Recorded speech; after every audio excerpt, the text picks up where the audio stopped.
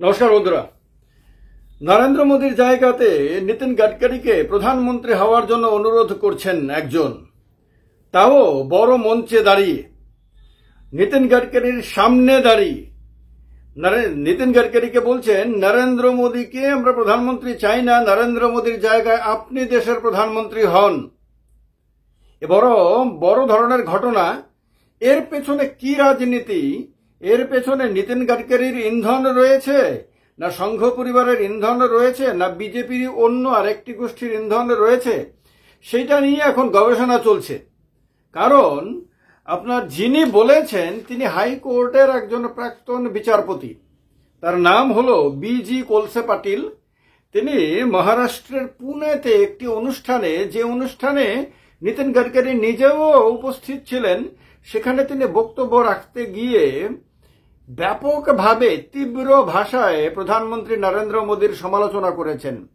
শুধু সমালোচনা করেননি, তিনি সেই অনুষ্ঠানে মঞ্চের মধ্যে উপস্থিত থাকা কেন্দ্রীয় মন্ত্রী, নরেন্দ্র মোদী মন্ত্রিসভারই সদস্য নীতিন গাডকারিকে বলছেন, আপনি দেশের প্রধানমন্ত্রী হন, আপনি দেশের প্রধানমন্ত্রী হলে ভালো হবে। শুধু তা না, তিনি আরো অনেকগুলো কথা বলেছেন। এর বিশ্লেষণ করব, ভিডিওটা ভালো করে না টেনে সবটা শুনবেন, খুবই গুরুত্বপূর্ণ। দেশের রাজনীতিতে কত কিছু ঘটছে, বিচিত্র সমস্ত ঘটনাগুলো ঘটছে, যেগুলো এর আগে, আজকে থেকে 5-6 মাস আগে কল্পনাও করা যেত না, কিন্তু এখন এই সমস্ত ঘটনাগুলো ঘটছে এবং এর পেছনে একটা গভীর কিছু থাকতে পারে, গভীর কোনো পরিকল্পনা থাকতে পারে এবং ভবিষ্যতে দেশের রাজনীতি ভবিষ্যতে কোন দিকে যাচ্ছে সেটা মোটামুটি অনুমান করতে আমাদেরকে সাহায্য করছে। কি বলেছেন তিনি বলেছেন আমাদের প্রধানমন্ত্রী মিথ্যাবাদী। তিনি প্রধানমন্ত্রীকে মিথ্যাবাদী বলছেন কেন তাকে মানতে হবে? আপনি কেন এই পদে যান না? আপনি কেন প্রধানমন্ত্রী হচ্ছেন না? আপনার ভাষণে সবাইকে নিয়ে চলার মতন কথা থাকে, আপনার কাছে সুযোগ আছে, আপনি প্রধানমন্ত্রী হতে পারেন। আমি আপনার কথা খুব ভাবি, অনুরোধ করছি আপনি। আর আমি বিপরীত চিন্তার হলেও আমাদের কাছে বিকল্প নেই, অর্থাৎ অন্য কোনো বিকল্প নাই। তিনি রাহুল গান্ধী, নরেন্দ্র মোদী বা অন্যান্য নেতাদেরকে তিনি বিকল্প হিসেবে দেখছেন না, হয়তোবা বিকল্প নাই। এই বিষয়ে আপনি একটা কিছু করবেন বলে আমি মনে করি। মোটামুটি এইরকমই তার কথা থেকে বেরিয়ে এসেছে। তিনি বলেছেন সব মারাঠা সাংসদ এক ধরনের খোঁচা দিয়েছেন। মহারাষ্ট্র থেকে যত মারাঠা সাংসদ আপনার নির্বাচিত হয়েছেন, লোকসভাতে গেছেন, তাদেরকে তিনি বলছেন সবাই যদি একজোট হয়ে গিয়ে নরেন্দ্র মোদীকে বলেন যে মারাঠাদেরকে সংরক্ষণ দিতেই হবে, নাহলে আমরা সমর্থন প্রত্যাহার করে নেব, তাহলে 1 মিনিটে তিনি সংরক্ষণ দিতে বাধ্য থাকবেন। মানে মহারাষ্ট্রে মারাঠাদের সংরক্ষণের জন্য যে আন্দোলন চলছে, সেই আন্দোলনকে তিনি প্রধান করে বলছেন নরেন্দ্র মোদীর ওপরে প্রেসার দিতে, চাপ দিতে বলছেন সেখানকার, সেই রাজ্যের মহারাষ্ট্রের সমস্ত সাংসদদেরকে। কিন্তু এখন কথা হলো যে হঠাৎ করে একজন অবসরপ্রাপ্ত বিচারপতি একজন কেন্দ্রীয় মন্ত্রীর সামনে মঞ্চের মধ্যে এইরকম কথা কেন বলছেন? তিনি কি এটা শুধু তার নিজের মনের কথাই বলছেন, না মহারাষ্ট্রের সামগ্রিকভাবে মহারাষ্ট্রের মানুষের বা মারাঠাদের মনের কথা বলছেন, না তিনি বিজেপির কোনো বিশেষ গোষ্ঠী তার মুখ দিয়ে কথাগুলো বলাচ্ছে, অথবা এই মহারাষ্ট্রেরই নাগপুরে তো আরএসএস এর হেডকোয়ার্টার, আরএসএস এর সঙ্গে বিভিন্ন মতাদর্শের মানুষের সম্পর্ক রয়েছে, সামাজিকভাবে বিভিন্ন অংশের মানুষের সঙ্গে আরএসএস যোগাযোগ রাখে। ফলে এই প্রাক্তন বিচারপতির সঙ্গেও আরএসএস এর সম্পর্ক থাকলেও থাকতে পারে। সেই ক্ষেত্রে এটা কি বিশেষ কোনো অংশ ক্ষমতাসীন পার্টির অথবা ক্ষমতাসীন শক্তির কোনো একটি অংশ পরিকল্পিতভাবে তাকে দিয়ে এই কথা বলাচ্ছে, যাতে এইটা নিয়ে সারা দেশে আলোচনা হয়, সমালোচনা হয়, বিতর্ক হয়, বিভিন্ন ধরনের শঙ্কা, আশঙ্কা, সম্ভাবনা ইত্যাদি নিয়ে দেখা হয় ইত্যাদি। এর জন্যই কি পরিকল্পিতভাবে তুলে ধরা হচ্ছে? কারণ নাগপুরের সঙ্গে এই মুহূর্তে দিল্লিতে ক্ষমতাসীন গোষ্ঠীর সম্পর্ক, নাগপুরের সংঘের অনেক সর্বোচ্চ নেতাদের সঙ্গে আগের মতো আর ভালো নেই। এটা তো সমস্ত মিডিয়াই বলছে, এটা নিয়ে অনেক আলোচনা হয়েছে। এটা পরিষ্কার হয়ে গেছে, বিষয়টা এখন দিনের আলোর মতন পরিষ্কার। এর মধ্যে আর কোনো আচ্ছন্ন ভাব নেই, এর মধ্যে আর কোনো অস্পষ্টতা নেই। তো সেই অবস্থাতে এই যে নাগপুরের যে গোষ্ঠী, সেই গোষ্ঠী কি দিল্লির ক্ষমতা থেকে বা সর্বভারতীয় ক্ষমতা থেকে নরেন্দ্র মোদী অমিত শাহকে সরাতে চান? এই সরানোর জন্য যে কথা তারা নিজেরা বলতে পারছেন না, সেই কথাই কি তারা অন্য কাউকে দিয়ে বলাতে শুরু করেছেন?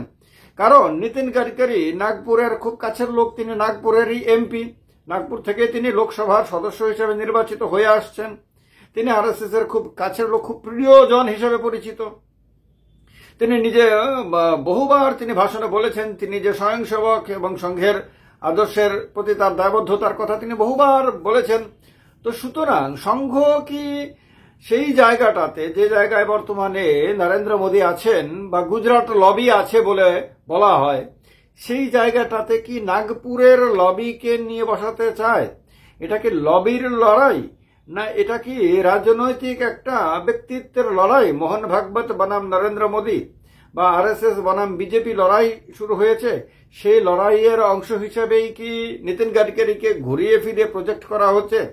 কারণ নীতিন গাডকারিও বিভিন্ন সময় বলেছিলেন যে তাকে প্রধানমন্ত্রী হওয়ার জন্য প্রস্তাব দেওয়া হয়েছিল এবং সেটা বিরোধী জোটের তরফ থেকে দেওয়া হয়েছিল, সেটা তিনি নিজেও বলেছেন। আমাদের এখানে আমরা আলোচনা করেছি বিভিন্ন ভিডিওতে। তো প্রধানমন্ত্রী হিসেবে যে নীতিন গাডকারিকে নজরে রাখা হচ্ছে এবং নরেন্দ্র মোদীকে যারা পছন্দ করছেন না বা গুজরাট লবিকে যারা পছন্দ করছেন না বা মোদী, অমিত শাহ, জেপি নাড্ডার গ্রুপটাকে যারা পছন্দ করছেন না, তারা বিকল্প হিসেবে নীতিন গাডকারিকে চাইছেন, সেটা তো মোটামুটি সবাই জানে, সবাই এটা নিয়ে আলোচনা করেন। কিন্তু এর মধ্যে এত বড় ব্যক্তি, নর্মালি আমরা জানি যে হাইকোর্ট বা বিচারপতিরা, প্রাক্তন বিচারপতিরা, তারা সাধারণত রাজনীতির ব্যাপারে নাক গলান না, রাজনীতি নিয়ে তারা বক্তব্য দেন না, তারা এগুলি থেকে নিজেদেরকে আলাদাই রাখতে পছন্দ করেন। সাধারণত আমরা দেখি তারা যতদিন কর্মরত থাকেন তারা তো রাজনৈতিক ব্যাপারে তো তারা মানে কথা বলতেই পারেন না, বলেনও না। অভিজিৎ ব্যানার্জিকে বাদ দিলে আর দুই একজন বিচারপতিকে বাদ দিলে সাধারণত অবসর গ্রহণের পরে রাজনীতির দিকে বিচারপতিরা যায় না। সেই অবস্থাতে একজন প্রাক্তন বিচারপতি, যিনি কোনো রাজনৈতিক দলের সঙ্গে যুক্ত আছেন বলে কোনো বার্তা নেই আমাদের কাছে, কিন্তু তিনি কেন হঠাৎ করে নরেন্দ্র মোদীর উপরে এত অসন্তোষ প্রকাশ করলেন, এবং তাও একটা সভামঞ্চে? কোন ঘরের ভেতরে এক দুজনের সঙ্গে কথা বলতে গেলে, ব্যক্তিগত আলোচনাতে, সে তো বলতেই পারে, যে কোনো মানুষই বলতে পারে।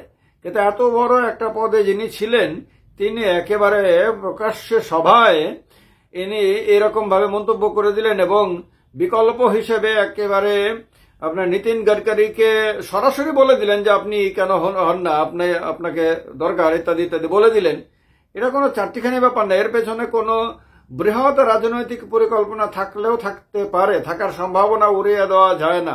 তো সুতরাং দেশের রাজনীতিতে অনেক কিছু ঘটছে যে এই সমস্ত কিছু থেকে বোঝা যায় দেশের সবকিছুই যে ঠিকঠাক ভাবে না, রাজনৈতিক ক্ষেত্রে আর কি সবকিছু যে ঠিকঠাক চলছে না, সেটা মোটামুটি অনুমান করা যায়। যার কারণেই সরকারের শীর্ষে থাকা ব্যক্তিরা ক্ষমতা কতদিন ধরে রাখতে পারবেন সে নিয়ে আশঙ্কা তো রয়েছে, সে নিয়ে তাদের মনের মধ্যেও টেনশনে রয়েছে, আর দেশের মানুষের মধ্যেও একটা অনিশ্চয়তার ভাব রয়েছে। সবাই এখন বুঝতে পারছেন যে যা কিছু চলছে সব কিছুই আপনার কেন্দ্রের শাসক গোষ্ঠীর খুব একটা অনুকূলে নেই, অনেকটা প্রতিকূল পরিস্থিতির মধ্য দিয়েই তাদেরকে সরকার চালাতে হচ্ছে। তাদের চ্যালেঞ্জ শুধু বাইরে থেকে না, ভেতরেও অনেক অনেক ধরনের চ্যালেঞ্জ তাদেরকে মোকাবেলা করতে হচ্ছে। এটা দেশের মানুষ বুঝতে পারছেন, আপনারাও হয়তো বুঝতে পারছেন। তো এটা একটা ব্যতিক্রমী বক্তব্য উঠে এসেছে এবং ব্যতিক্রমী ব্যক্তির কাছ থেকে, তার কারণে এই ব্যাপারে আপনাদের মতামত অবশ্যই থাকবে, মতামত প্রকাশ করার ইচ্ছেও থাকবে আপনাদের। আর তার জন্য কমেন্ট বক্সটা খোলা আছে, সেখানে আপনারা নিজেদের মতামত স্বাধীনভাবে আপনারা দিতে পারেন। তো এই কারণে এই ঘটনা যে লেটেস্ট যে আপডেট, তার পরিপ্রেক্ষিতে আপনারা আপনাদের মতামত অবশ্যই জানাবেন। আর এই আলোচনার সঙ্গে যুক্ত করবেন অন্যান্য বন্ধুদেরকে। আজকেও রাত 8:30টার সময় আমি লাইভে আসবো ইউটিউব চ্যানেলে, এই চ্যানেলে। তখন সেই লাইভে আপনাদের সঙ্গে দেখা হবে। আপনারা সবাই রাত 8:30টায় এই চ্যানেলে লাইভে আমাদের সঙ্গে যোগদান করবেন বলে আমার বিশ্বাস। ভালো থাকবেন সবাই। জয় হিন্দ, বন্দে মাতরম।